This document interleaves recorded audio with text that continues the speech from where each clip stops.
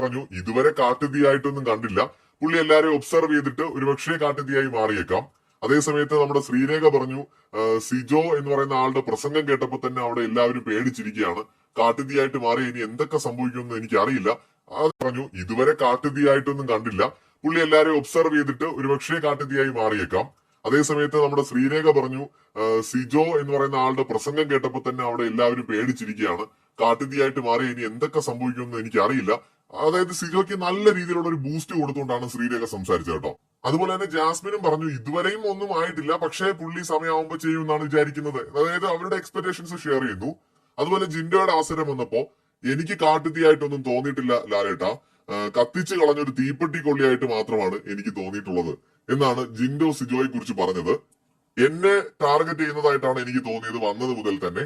അപ്പോ അതുകൊണ്ട് തന്നെ എനിക്ക് പക്ഷേ കാട്ടുതീയൊന്നുമായിട്ട് തോന്നിയിട്ടില്ല എന്ന് ജിൻഡോയും പറയുന്നു.